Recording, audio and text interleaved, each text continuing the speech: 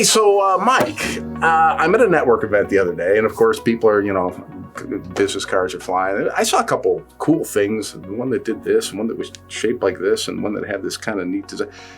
What's going on with business cards? Well, I figure you're the guy. You see a lot of these. I mean, in terms of what are the trends out there, man? Well, folks should hear this. There's a lot of different trends going on, and today I'm here to talk to you about some of the business card design trends.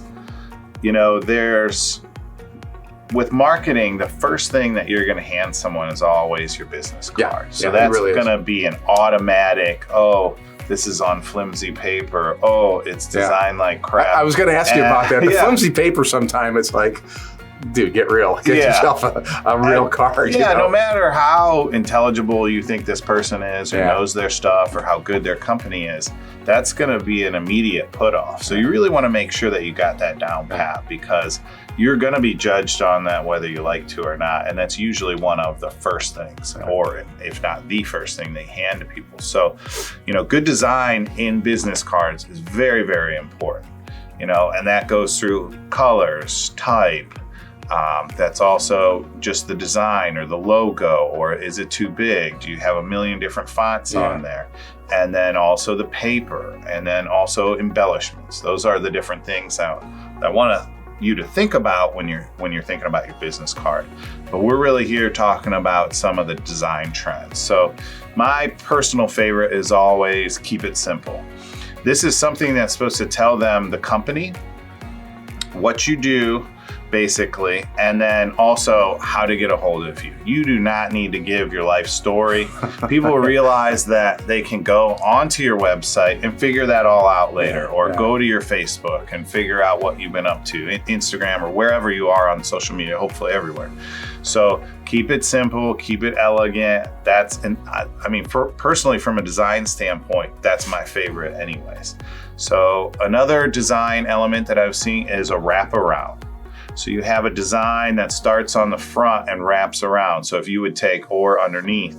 So if you would take two business cards and put them next to each other and flip the other one around, you'd see a continuation.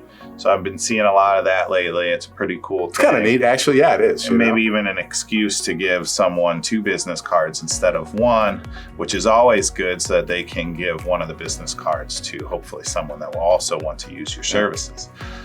So that's another one that I've seen. I've seen a lot of bright gradients lately, which is kind of an older design element that has made its way back.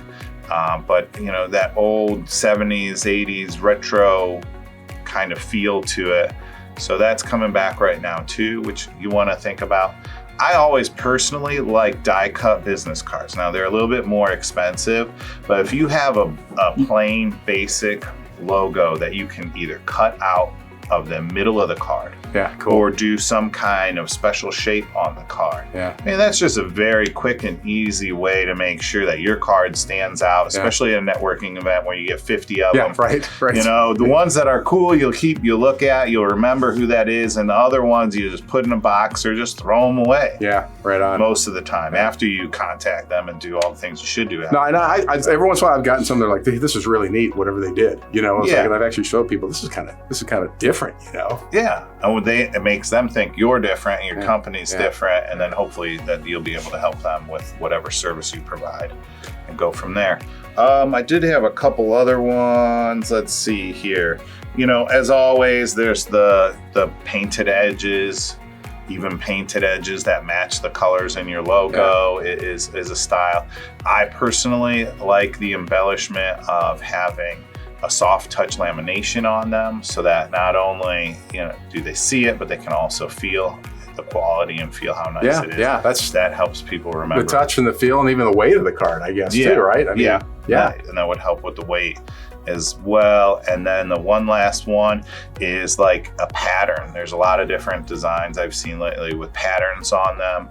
And if that pattern could be on a raised spot UV, or even embossed or debossed, that would also work great. And that's another new style I've seen out there, and something that's going to make you stick out. Maybe there could be a pattern like a spiral thing that sort of hypnotizes them, so they look in the going, Call me. Who knows? That could be a thing. I don't know. I'm spitballing here, dude. That would work.